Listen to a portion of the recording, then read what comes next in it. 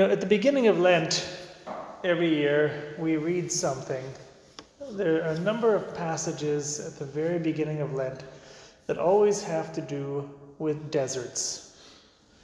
Jesus, at the beginning of his public ministry, and that's what some of the early Gospels all have to do with the fact that Jesus was baptized in the Jordan, and immediately he was sent out into the desert.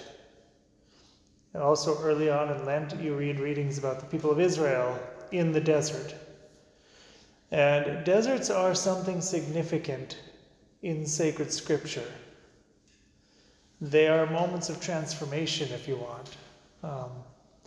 And that's why tonight we're also going to begin this retreat with a meditation on the desert.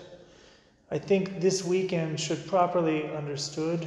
This weekend should be a desert experience for us. And we'll dig into a little bit about what that means. The gospel passage, the second one you see there, Mark 6:31-33. I remember one of my first ever spiritual exercises. I think it was my second set as a legionary, or third if you include candidacy. Second one ever. So I was in my second year of novitiate, and I remember it began with this Mark 6:31-33. Come away by yourselves to a deserted place and rest a while. Christ inviting us to do that. Again, that's what everybody here has done tonight and this weekend. We've come to a deserted place. We've come to a place of silence to rest. So why are deserts significant then? Well, how many people here have been to the Holy Land? One, two. Okay. It's interesting, if you go to the Holy Land and you drive into the Judean desert, which is, you read about it in the Gospels, that's where John the Baptist used to hang out for a long period of his life, Jesus too, for moments of his life. So pretty much Israel is at a high point of elevation. I don't remember how many thousand feet above sea level it is. And when you're looking at Israel, you look over the Mount of Olives, there's this hill, and then there's this highway that goes up it. And then after a while, you're driving. It's very soon you leave what is more or less a hospitable place, which is Jerusalem. And very quickly you enter into just desert, and there's nothing there. And sometimes the guides will drive you out into particularly desolate places just so you can get the experience of seeing what is it like to be in a desert. And you're there, and you don't hear anything until the Bedouins show up and start trying to sell you stuff, because they've got lookouts and they see every time that there's a bus or something and they all come running over. But at least for a minute or so of your life, you don't hear a thing. And you look out and you can just picture this is what prophets and saints of the Bible experienced. So the first thing about deserts is they are places of silence. And in more than one sense. Now, the word desert, by the way, I'm going to mention, we're using the word in a very broad sense. Not every desert in the Bible is like the Sahara, where it's just sand, or the Judean desert, which is actually not a very big piece of land. It's only about 25 miles, like, for example, from Jerusalem to the Jordan River, where Jericho is. Most of it's desert, but it's not that big a strip of land. Anybody could cross it in a day if you have some water and you make sure you leave at the right time and everything. It's doable. So when we're saying desert, really a lot of the time what we mean are deserted places, places of solitude out into the countryside. So the first thing about deserts, like we said, is they are silent. And deserts, the reason, for example, why we talk about deserts at the beginning of Lent is a desert is a place precisely because it is silent and it is austere. It forces you to come face to face. First of all, it's a great place to come face to face with God because you don't have any distractions to speak of. You're not in the hustle and bustle of the city. When you're in a place like Jerusalem, imagine the times of Jesus, it was the place to be. So despite the fact that it was a religious center and whatnot, there's still a lot of noise. There's still a lot of hustle and bustle and merchants and haggling and sheep and sacrifice and priests and the whole 9 yards. So I don't know if you've ever had the experience. I've had it many times because as a priest, I tend to go to holy places. You go to St. Peter's, or you go to spectacular churches, or you go to the Holy Land.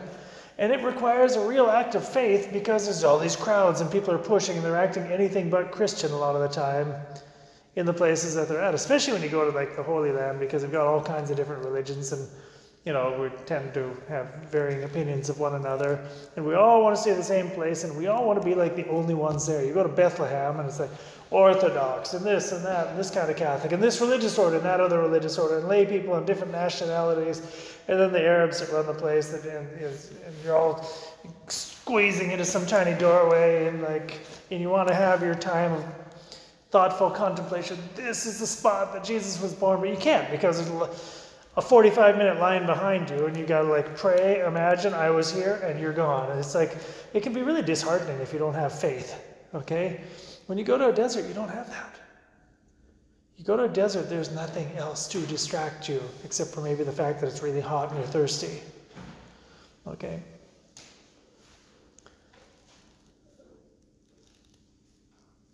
In that silence, you can encounter God. Jesus used to love to go into deserted places. And a lot of the times he would do it at night. And he would be there and it would just be stars and the sky and the faint sounds of nature, crickets or whatever the particular noise was, and the breeze, and nothing else. And there is where he was able to converse with his God and Father, who he knew made that. Deserts, though, also,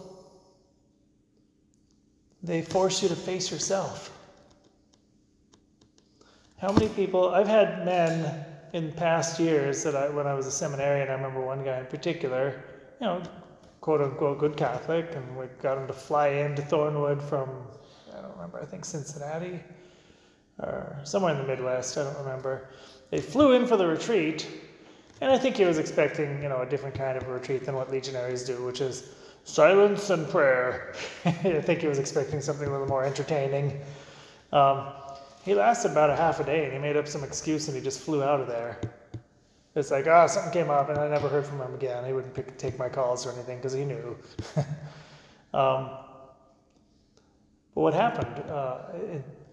Some guys just have a hard time facing themselves.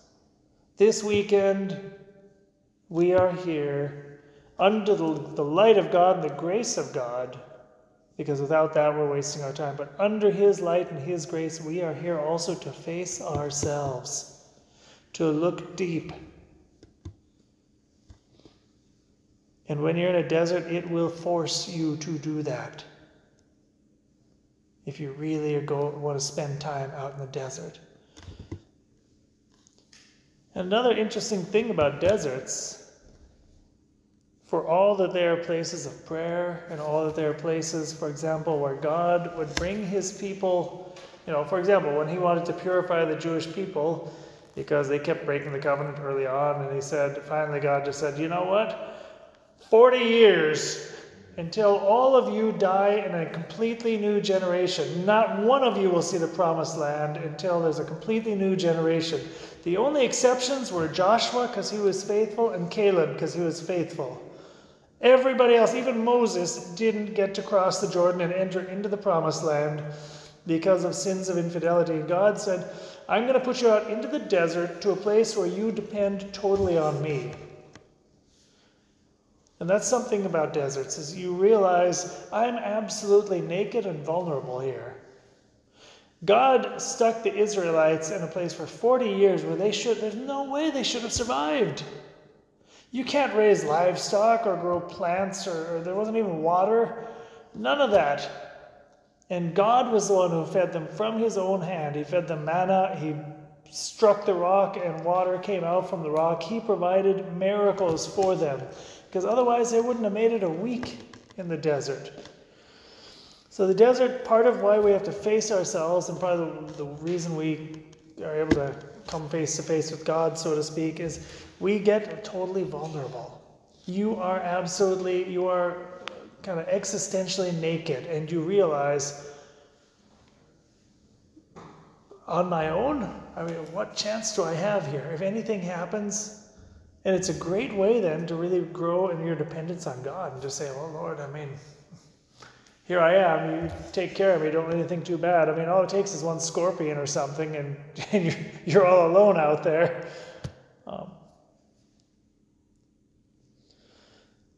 Okay, but the one thing that we don't normally think of about the desert is this. It is not only a place to encounter God, and it's not only a place to encounter yourself. It is also a place to go face to face with the devil. And there's no escape. And that, when properly done, is a very useful thing. And I will invite you to do the same thing this weekend. St. Ignatius, I don't know if it was St. Ignatius or one of the very first Jesuits, I think it was St. Ignatius himself who said, when you're doing the spiritual exercises, don't forget to invite the devil along.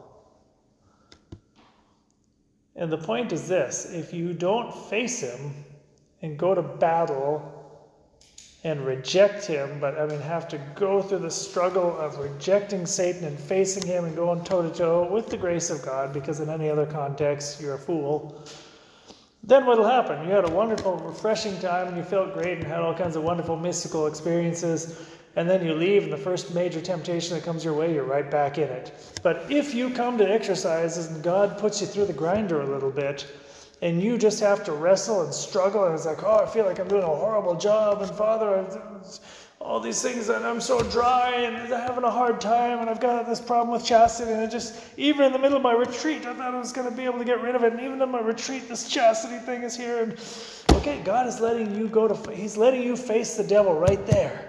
And He's saying, under these conditions, these are the optimal conditions to have that fight.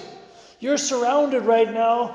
You're in a chapel. You're praying all day long. You're probably not going to have a lot of hot water in your shower. I don't know. The guy next to you is going to snore. You're not going to sleep well.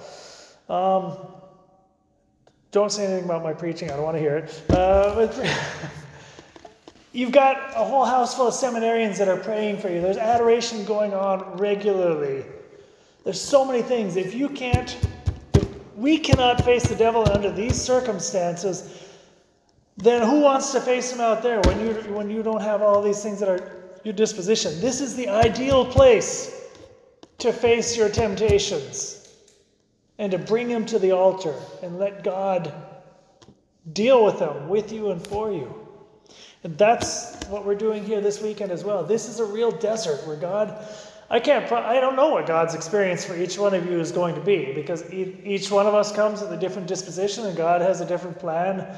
And even if you've done 10 different spiritual exercises, it's quite likely that He's given you 10 different experiences, and it's not the same each time. They're always unique.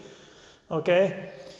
But don't be surprised if God lets it be dry and hard, and you feel like, oh, I'm wasting my time, and what a frustration. And that's good. That's good. I remember when I did my month-long spiritual exercises in Rome, I was praying. I had been waiting for the month-long exercises for all of my legionary life. So I had been in a legion probably about 10 years at the time. And finally, the second year theology came along. It's like, okay. And I'd been praying and praying for great exercises. And I went in, I was just dry. And for 30 days... I think they might have been in the middle some moments. Certainly I got a lot of lights. There's a lot of life-changing stuff. Those exercises were a before and after moment in my spiritual life. But for the better part of 30 days, I was just like, this is dry and hard. And that was the most productive period probably of my life spiritually. So it's not going to be about what you feel. It's not going to be about any number of things that we might be bringing here. God had, and this is to console us. So Regardless of what you're feeling and what you're here. God brought you here. You did your part, sure, but God enabled you. Any number of things could have happened to stop you from being here, but God allowed you to be here, and that should give us a lot of confidence, no matter what the next days are like. And I don't want to start with a downer and say, this is going to be so hard. You might have a great time, that's fine, but regardless of what the next days are, God brought you here for a reason. He has graces He wants to give you. And a lot of these exercises are going to be, let's let God be God. Whatever comes my way, happy or sad or joyful or dry or whatever, allow God to be God. If we just simply take what He gives, say, Lord, I don't feel like I'm in control. I don't understand what's going on. None of this really makes a lot of sense to me, but I trust in you. He'll use that. He will use that. And in fact, that's a sign of spiritual growth. When we, at the beginning stages, He tends to give you all the flowers and blueberries and the pie with the cream and the blueberries and strawberries and all that on top. And then it's not uncommon that as you advance in the spiritual life, He allows you to experience, I'm totally out of control, which is what you were anyway. When you thought you were in control, you weren't in control. He's just letting you know the truth about things. That's not a bad thing. Alrighty, I'm going to quit yakking at you because I want to actually give you some time to pray. So in 20 minutes, I will invite you all to join the brothers in Holy Hour in the main chapel. So this is a shorter kind of introductory meditation. Normally you'll have a full hour, but considering you get a full hour of Eucharistic hour with them on top of these points for meditation, not a bad deal.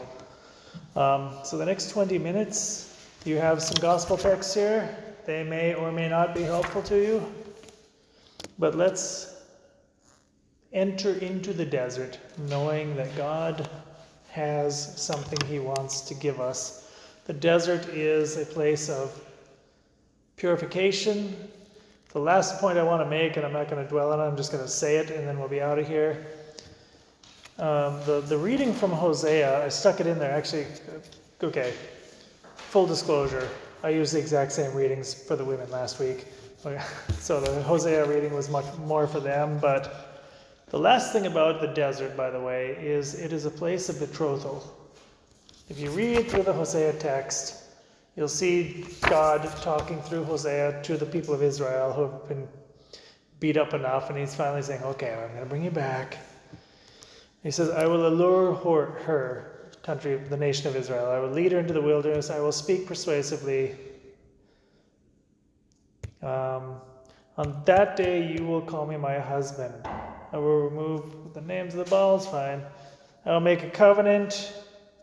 I will betroth you to me forever. So the desert is the place where God offers kind of that spiritual betrothal. And it doesn't, it's probably if your romantic betrothals took place in some dry desert, you'd feel like, I don't want to live with this woman. But God is weird. God does things that way, okay? He doesn't do it only based on our emotions. He has something else that He wants to give.